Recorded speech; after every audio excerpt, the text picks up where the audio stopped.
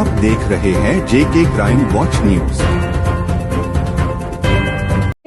कोई नई बात नहीं है। जब भी समर आता है तो टाइमिंग में चेंज हो जाती हैं। जब भी विंटर आता है, क्योंकि ठंडा मौसम होता है, तो उसमें नेचुरली जो है चेंज हो ही जाती है टाइमिंग में।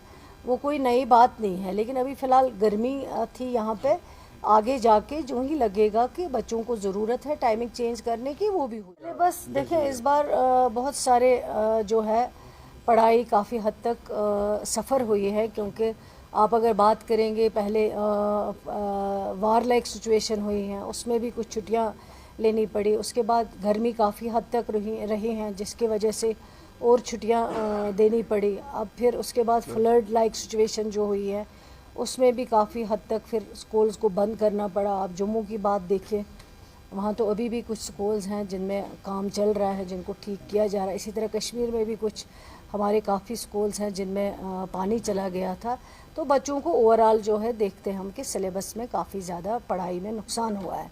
अब डिपार्टमेंट इस पर सोच रहा है कि क्या करना चाहिए, और जो भी डिपार्टमेंट फैसला करेगा वो बच्चों की पढ़ाई को लेकर किया जाएगा, और बच्चों को किस चीज़ से हम जो है पढ़ाई में मदद कर सकते हैं, और उसमें आम लोगों से भी सजेशंस जो हैं हम ले रहे हैं।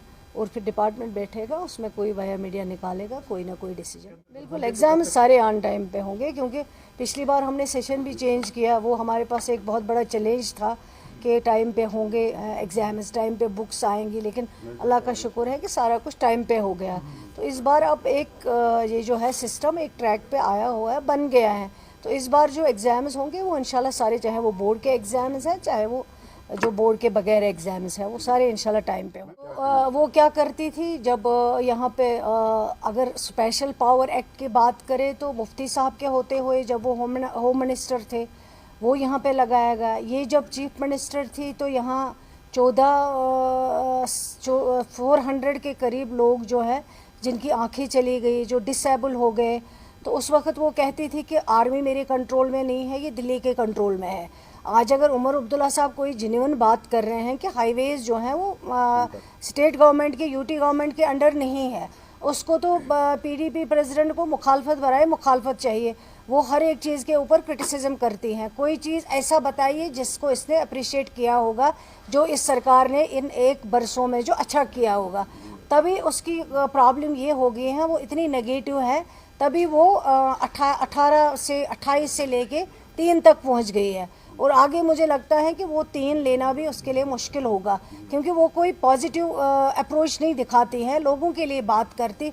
तो उसका क्या मसला है? अगर उमर अब्दुल्ला साहब ने कहा है कि हाईवेज़ जो है वो हमारे कंट्रोल में नहीं है, तो उसने अपनी बेटी को उसने अपनी बेटी को मेमोरेंडम लेके एलजी साहब के पास क्यों भेजा है? फिर अगर उमर अब्दुल्ला साहब ने गलत कहा था तो उसको मेमोरेंडम जो है उमर अब्दुल्ला साहब को देना चाहिए था कि ये जी आप करो, आपको करना चाहिए।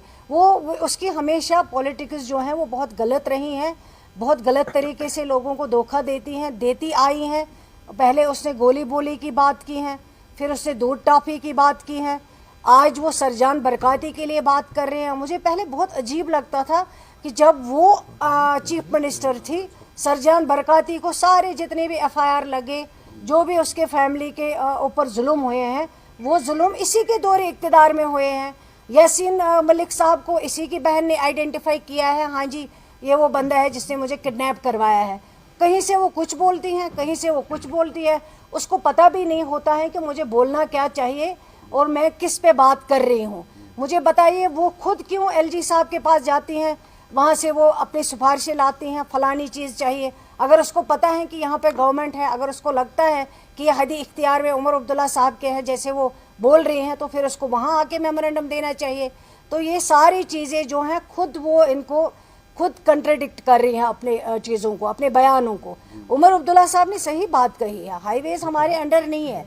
और हमारी जो फ्रूट इंडस्ट्री है, हम सबको दुख है कि फ्रूट इंडस्ट्री हमारी जो बैकबोन है जम्मू कश्मीर की, एक ही चीज़ है आपके पास, वो यहाँ पे हॉर्टिकल्चर सेक्टर है। और इस हॉर्टिकल्चर सेक्टर में कई बरसों से इतनी, जब हम सरकार में नहीं थे, और आज ये जब सरकार में हमेशा नहीं थी तो कभी नहीं जाके उनकी बात करती थी।